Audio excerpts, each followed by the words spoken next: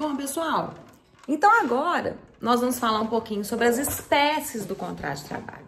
Espécies do contrato de trabalho são aqueles onde nós vamos averiguar se aquele contrato é por prazo determinado ou se ele é por prazo indeterminado. E isso faz toda a diferença para que a gente possa entender a finalização do contrato. Porque dependendo do contrato de trabalho, você tem verbas a serem quitadas. Por exemplo, se você tem um contrato por prazo determinado, você não tem a obrigação de pagar pelo aviso prévio, porque a pessoa sabe a hora de entrar, o dia de entrar e a hora de sair.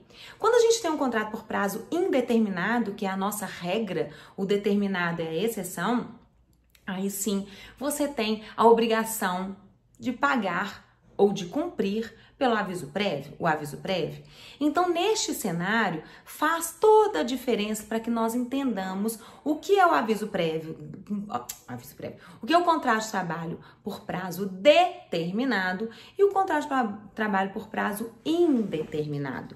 Olha aqui, pessoal. Então, vamos lá. Vamos voltar aqui um pouquinho para vocês irem entendendo. Espécie de contrato de trabalho, contrato por prazo determinado e contrato por prazo indeterminado. Essas são as duas espécies que nós temos. Quando a gente fala de contrato por prazo indeterminado, e aqui a gente volta no nosso princípio da continuidade da relação de emprego, o contrato tem prazo indeterminado. Essa é a regra geral, porque é aquele que não tem termo, evento futuro e certo para seu fim. Pressupõe ser um contrato sem perspectiva de término. Então, quando a gente fala que é um contrato odiernamente chamado de indeterminado, é aquele contrato onde onde não se sabe quando ele vai terminar. Então, ele passa a ser um contrato por prazo indeterminado. Nós já falamos aqui que o contrato de trabalho, eles nascem para quê? Para vigorar sem prazo, né? Como prazo indeterminado. Isso é a regra geral, em razão do princípio da relação de emprego, da continuidade da relação de emprego. Então, presume-se que todos os contratos de trabalho nasceram para vigorar por prazo indeterminado.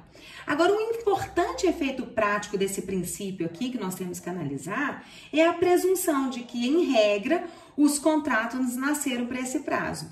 Dito isso, pessoal, nós temos a súmula, peraí, aqui não tem a súmula, não? Não.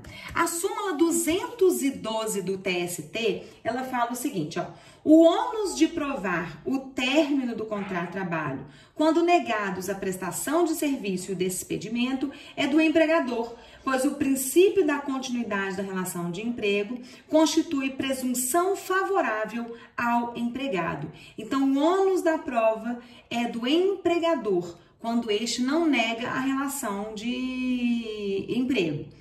Então, neste caso, o contrato por prazo indeterminado é uma regra geral. E qual é a diferença pelo contrato por prazo determinado? O contrato por prazo determinado temos que entender como uma exceção. E aqui é aquele em que a sua duração está subordinada ao termo. Aqui não tem termo futuro e certo, não. O contrato por prazo indeterminado, ele não tem prazo para finalizar. O determinado, ele tem um evento futuro e certo. Ele tem uma duração. Então, ele tem um termo, chamado termo. Constitui-se, então, a exceção no direito do trabalho. Daí, porque só poderão ser celebrados nas hipóteses taxativamente previstas em lei. Eu não posso, a qualquer custo, a qualquer momento, firmar um contrato por prazo determinado. Eu só posso fazer o que a lei me permite. Então, se a lei permite fazer um contrato por prazo determinado, chamado, por exemplo, muito famoso, contrato de experiência, a lei permite que eu faça por um determinado período. Contrato de experiência até 90 dias, nós vamos estudar agora mesmo. Então, o termo desse contrato por prazo determinado, ele tem certo e incerto. Por que ele tem esse certo e incerto? Porque o certo, ele tem um fim e uma data específica. O incerto, o fim ocorrerá após certo acontecimento. E a data vai ser futura. E uma data vai ser prevista, obviamente, dentro de um prazo, obviamente. Mas ele terá um termo assinado. Olha só. Fixação do término do contrato de trabalho. O parágrafo 1º, ele fala o seguinte: considera-se como prazo determinado.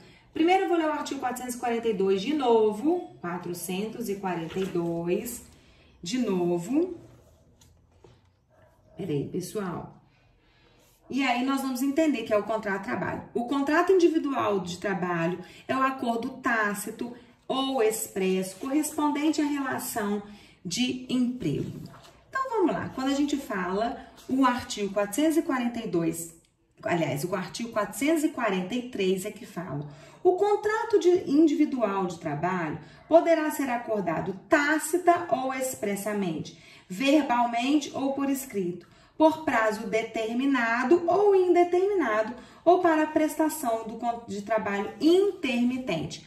Parágrafo 1º do artigo 443. Considera-se como de prazo determinado o contrato de trabalho cuja vigência dependa de termo prefixado ou da execução de serviços especificados, ou ainda da realização de certo acontecimento suscetível de previsão aproximada.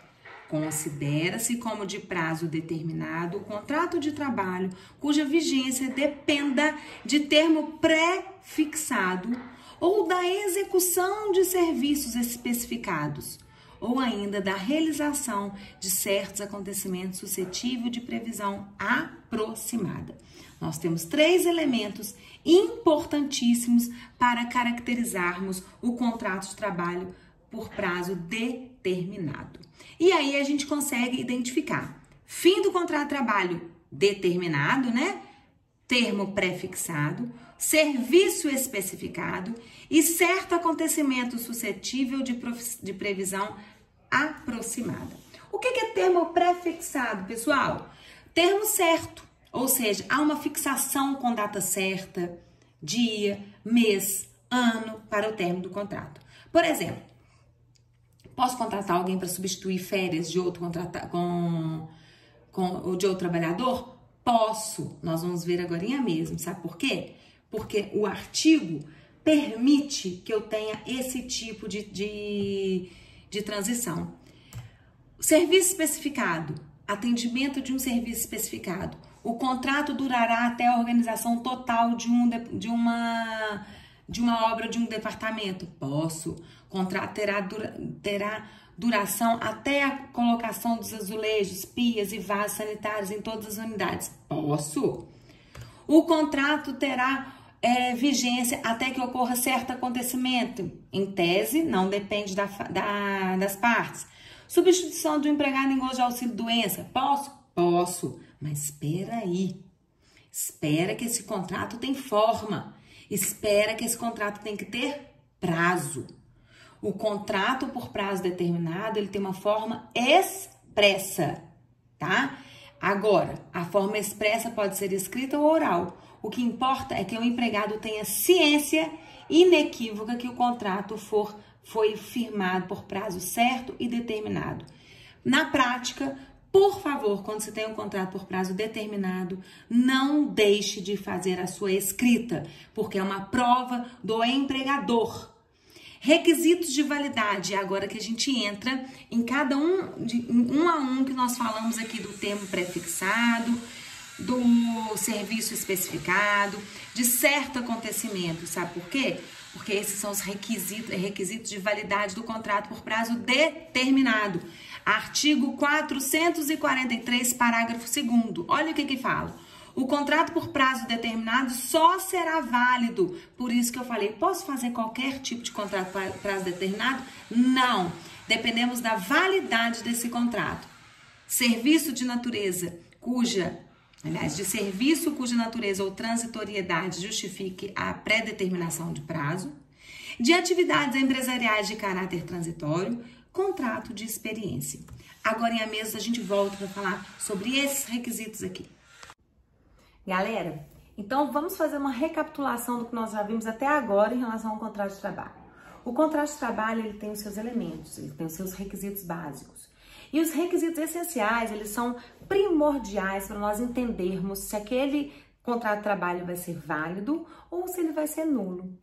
Quando a gente fala de nulidade, aliás, quando a gente fala de validade, é que o agente tem que ser capaz, né, os elementos essenciais, artigo 104 do Código Civil, o agente tem que ser capaz, o objeto lícito, né, possível, determinado ou determinável, e a forma não prescrita em lei.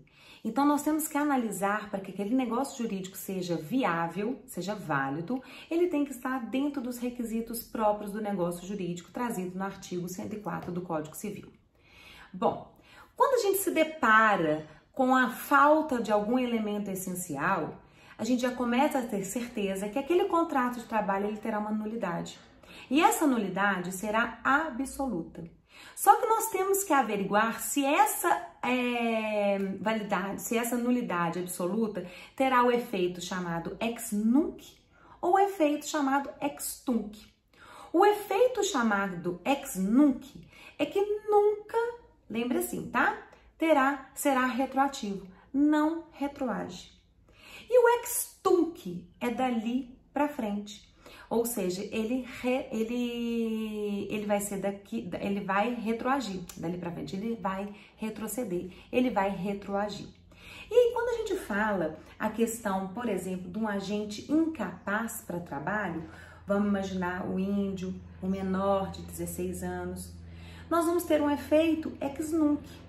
O efeito ex nunc é porque ele não vai retroagir ao fato, ele não vai eliminar, a nulidade não vai eliminar aquele fato.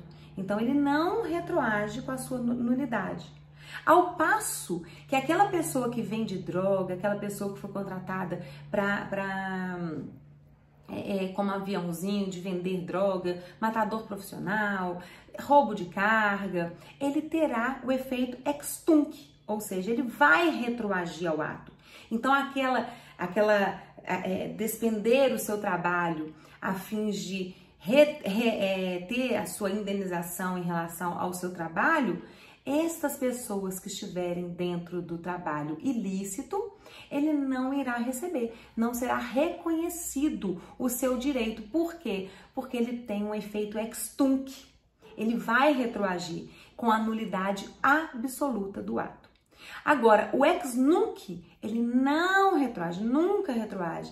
Então, os efeitos da nulidade absoluta, ele vai ser garantido o pagamento, a indenização. Só que nós temos que lembrar que o artigo 166 do Código Civil e o artigo 182, eles nos garantem os atos do negócio jurídico e também nos colocam no estado anterior, ou seja, o menor que trabalha, aquela empregada doméstica que trabalha para quem tem um trabalho ilícito, eles terão direitos resguardados, reservados e pagos, porque eles estarão sobre o abraço deste efeito ex nunc. E aí a nulidade absoluta ela vai acontecer, eles não vão continuar trabalhando naquelas condições, porém eles serão reconhecidos seus direitos, ok? Bom, dito isso, finalizamos a nossa última aula falando a respeito dos requisitos de validade do contrato de trabalho por prazo determinado.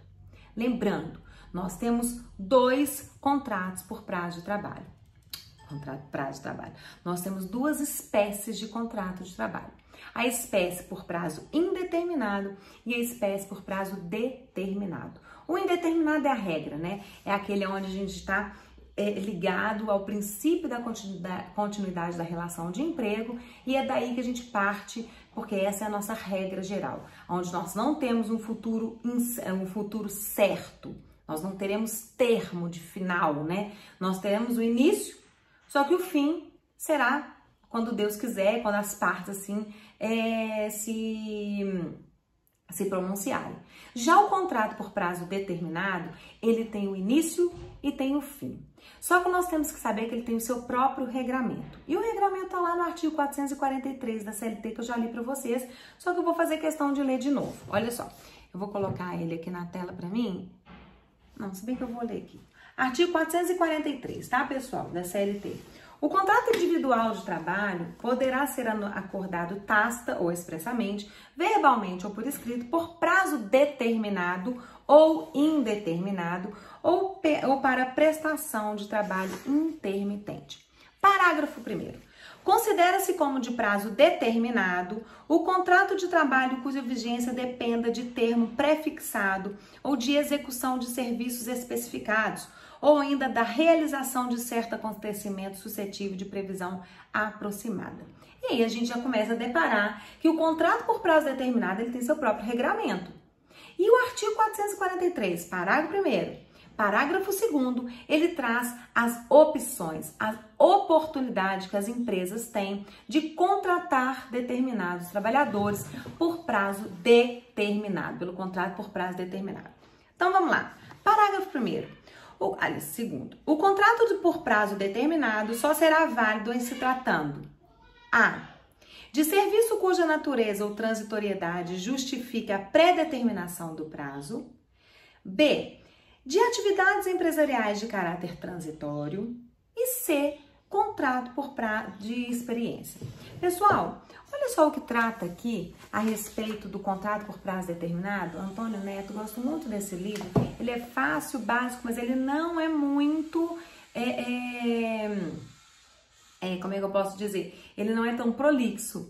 Então, ele é uma leitura mais rápida. Serve para concurso? Não. Ele serve para uma revisão geral. Mas ele traz alguns conceitos muito importantes. Que olha só, quando ele fala de um contrato de trabalho de natureza transitória, né, que é a letra A do artigo 443, parágrafo 2º, que fala os serviços cuja natureza ou transitoriedade justifique a pré-determinação de prazo, refere-se a atividades cuja necessidade é passageira, transitória, como, por exemplo, temos a contratação de garçons na época do verão, para bares que ficam abertos à beira da praia, que na época do verão tem que ser contratado. Ou então, a contratação de um novo empregado apenas pelo período em que o outro empregado está de férias.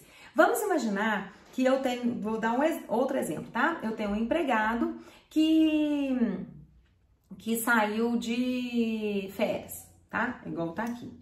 Eu posso contratar aliás, nem vou falar nesse exemplo. Eu tenho uma fábrica de chocolate. E essa fábrica de chocolate, ela tem uma época sazonal muito maior na venda de chocolate quando a gente fala da Páscoa. E aí eu posso contratar trabalhadores pelo contrato por prazo determinado? Posso, porque é um momento transitório da minha empresa. E aí cai justamente nessa regra.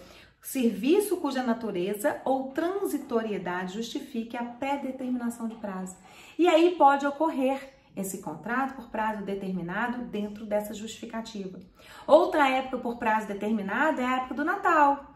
E às vezes as empresas contratam em novembro para treinar aquela pessoa para trabalhar em dezembro e ela perpetua talvez por janeiro e fevereiro para dar férias para aqueles trabalhadores ou até mesmo para dar folga em função de hora extra. Então, prazo pré-determinado em cima de serviços cuja natureza ou transitoriedade justifique a pré-determinação de prazo.